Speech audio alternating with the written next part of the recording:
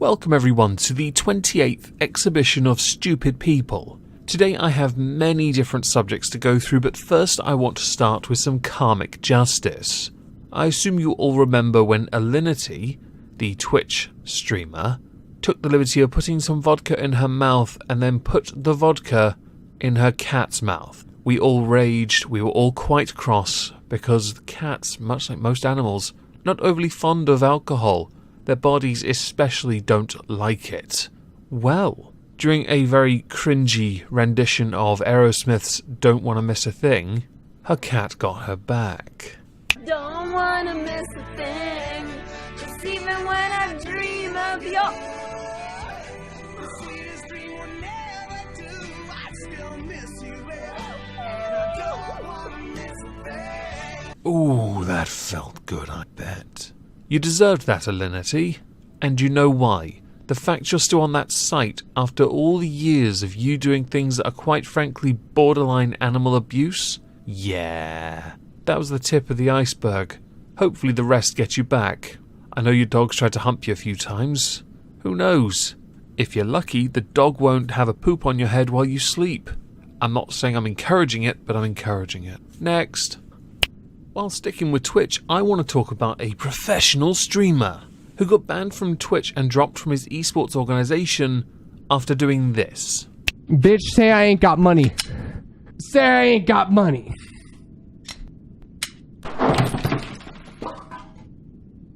God damn. Man's a genius.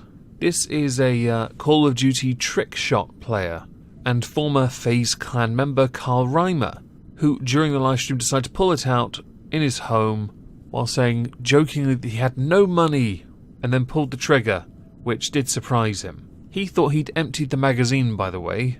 No one was hurt, except for the G Fuel. Do we do F for G Fuel? I don't use G Fuel. Is G Fuel any good? The only thing I know about it is that Keemstar abuses it and is sponsored by it, and I believe so is KSI. On YouTube, he took the liberty of explaining that he was clearly intoxicated, because of course, being drunk is a total legitness excuse for being a moron. Now this is arguably his biggest mistake to date, and it is unclear if the suspension from Twitch is permanent, but as a backup he does at least have 800,000 YouTube subscribers, so minus the obvious damage to your wallet, there's a chance that Carl Reimer could in fact still prosper. Failing that, I hear Mixer might accept him.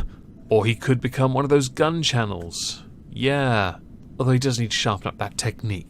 Next. So with the rise of the Foster's virus and of course the worry it is causing, schools in the United Kingdom are going to shut down. Just before that though, a pupil in Leeds was sent home for committing a truly heinous act, a crime worthy of a life sentence in an ISO cube. What did the pupil do? He sold shots of hand sanitizer to his fellow pupils for 50p a go. That kind of contraband is up there with cigarettes. It really is. Swag. Understandably, the parents don't really want to discipline their son, with the father calling him a bit of a legend, especially when he found out the son's plans to spend the £9 he made from hand sanitizer sales were for a kebab. Not bad. This post was put on Facebook, and this entrepreneurial exploit took place at Dixon's Unity Academy in Leeds.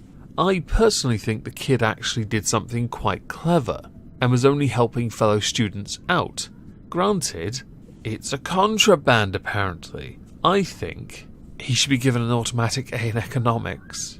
But what do I know? For the sake of optics, the school have refused to comment on this particular incident. I personally think it's very hard to discipline a kid who's trying to do right by his fellow students and of course make a little profit, which there's nothing inherently wrong about. Everyone rub your earlobes. Remember the first rule of acquisition. And while I do think the school was well within its rights to act to punish the kid, they've punished the kid at a time when, I'll be honest, the school should be doing more to provide hand sanitizers, therefore the market wouldn't exist in the first place. Which is evident and apparent because the kid brought them in. Next. So now I want to talk about TikTok, or Vine 2.0 for those who are less funnier than those on Vine. Yeah, I pay enough attention, I'm just not going to use it. And I also then want to talk more about the Foster's virus, a nice little segue. For this we need Ava Louise, and this video. Corona time. Hey, it's Corona time right now. She's a classy lady, as you can tell. Ava posted this video to her Twitter profile and captioned it, "Please retweet this so people can know how to properly be sanitary on the airplane." Understandably, people were less impressed. I spent quite a lot of time trying to work out if this was real or a Poe. I still don't know for sure, so we're going to treat it as real. If debunked, thank you. Many have said that to her 21,000 followers on Twitter and 160,000 followers on Instagram, this is just more proof that social media influencers beg attention at the best of times. Ava Louise confirmed on Twitter that she participated in the Corona Challenge for social clout, and that the video wasn't as bad since she's eaten a dude's ass. That is a quote. She also argued, and this is where you know you're dealing with high-level intellect here, that she cannot contract the Foster's virus because the gays and rich blonde bitches are immune, with her telling Business Insider as well that she was tired of some bitch named Corona getting more publicity than her. I'm going to readily admit, if you do contract it, don't be surprised if people get very happy about it. I will not be one of them, nor do I condone anyone saying you deserve it. But dear God, the things people do for attention is astonishing. And on that note, the next one is going to be a little response video. I know. Don't do those much, do I? But you put a little statement out, didn't you? Gabriel. Hello, everyone. Hello, Gabriel. I see you have a new channel. And by new channel, I mean new avatar, new name, but same channel, meaning everyone that knew you were going to make a new channel found you like that because you hadn't created a new channel at all. This is a video I didn't want to have to make, but it's important because there are accusations being made about me that are either taken out of context or are just flat out not true. Well then, Gabriel, I would hate to be one of those people. Please do enlighten us in the 1 minute long video, the full context. It would do you so much good, to be honest. Now, I have mental disorders that prevent me from picking up social cues, and I take medications for them. It's not an excuse, but it's a reason. Do you even introspect? There are people who I was friends with for a long time after I supposedly made them uncomfortable. They never told me they were uncomfortable, and it is shady that they came out with this all at the same time without warning. You're right, it was without warning, because it took someone with the balls to stand up to you in the form of Biggest Mikey for everyone else to feel comfortable and safe airing their concerns and grievances. And by the way, since I made my video on you, more have come out, with more receipts. And what have you done? Renamed your channel? Wow. And gone on a block spree, of course, because that will totally fix things. This might be one of the most viewed videos on your channel in quite some time. I would prove it, but you privated everything else, didn't you? Now, if you're one of the people who tried to get in contact with me with sincerity and wanted to truly know my side of things, and I blocked you, I'm sorry. Oh, so you mean like myself and Alex, who reached out to you to get your side of the story, but you just copy-pasted a statement, because you can't spell with predictive text on. I had people coming at me. Hi. Now, this is going to be the final time that I'm going to address this. I'm going to proceed with my weight loss journey and with my videos, and I'm going to continue with life. Cool. What I'm going to do then is keep a very close eye on you, because if you cross the line again, expect to be flayed again, and finish this by playing you out with a clip of yourself again. I admit when I admitted that I did wrong, and I haven't done anything close to the sort since. I was wrong. I said I wasn't going to. Never did. Never have. So on Twitter, I saw a video of Thundercats Raw, along with, I believe, Teen Titans as some kind of crossover. Upon watching the video, I realised, oh, this is cringe. I'm going to play a 2-second clip of it. And anyone who says otherwise has a poop mouth with poop opinions. I liked that it was recognised as forced, with the sarcasm within it, but I do have to say, Thundercats Raw is not a worthy successor to Thundercats. The artistic style is so much different.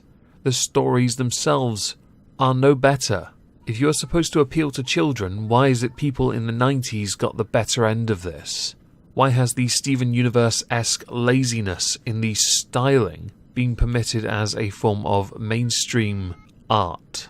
It's cringe. It's up there with Snowflake and Snowflake. As I didn't read the original Warriors whatever comic in the first place, I can't realistically comment on it beyond saying, calling someone a trailblazer as a hero name tells me you don't know what a trailblazer is to begin with. And Thundercats Raw, seriously, the levels of cringe we are operating under here are so bad, skin is crawling and you're watching it happen in real time. Although I will give you the smallest amount of credit for having the self-awareness.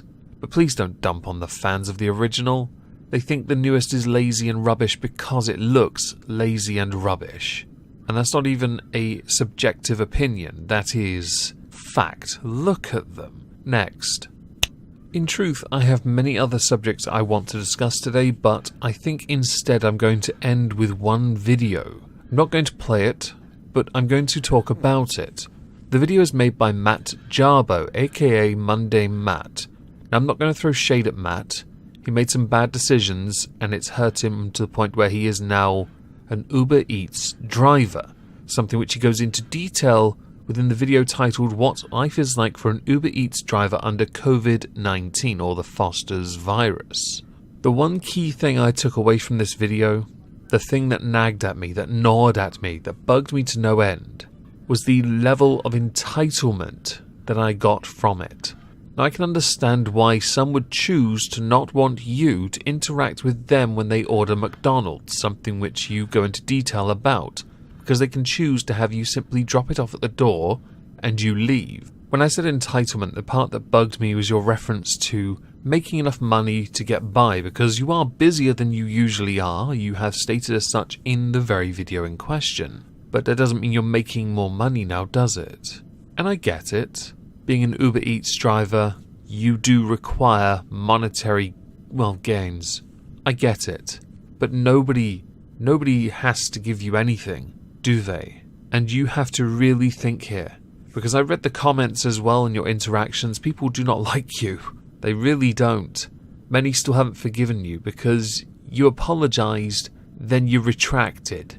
And then you acted as if it was a meme. All of it a meme, a 5-year career to get a silver play button, and in the time since that stream, that rather legendary stream, you've lost over 30,000 subscribers. Realistically, your only channel that could be moderately successful is 3 Buck Theatre, but why you persist with Matt Jarbo, or Mundane Matt, is a mystery to me. Because it has no credibility. But you do air whatever you want to air, and that is well within your right to do so on this site. That's great. Just don't be surprised when people point out your hypocrisy, but also the levels of entitlement and generally ignorance when it comes to things like this. Now, with all these subjects, I'm very much interested to know what you think is the stupidest. There are some shorter ones, and then there's a few longer ones, and even a response video. I would have made the Mundane Matt stuff a response video, but I don't care enough. Sorry, Matt. So please do let me know in the comments down below.